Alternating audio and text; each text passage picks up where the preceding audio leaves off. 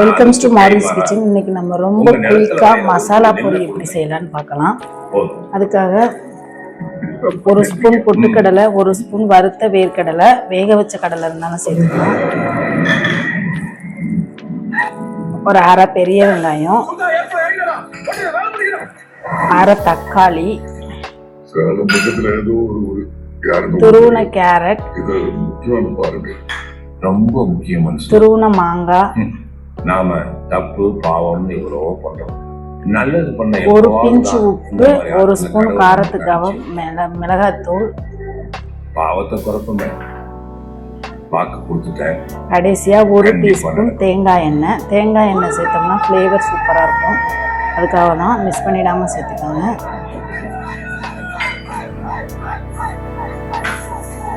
கொத்தமல்லி ஒரு கைப்பிடி அளவு,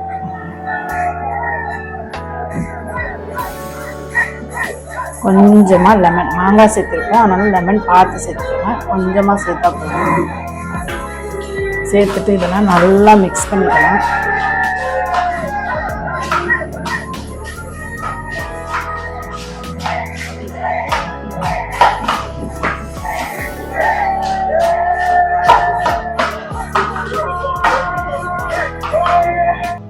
அவ்வளோதாங்க, நம்மளோட மசாலா பொரி சூப்பராக ரெடி ஆயிடுச்சு. ரொம்ப சிம்பிளாக ஹெல்த்தியாக ஒரு ஸ்நாக்ஸு.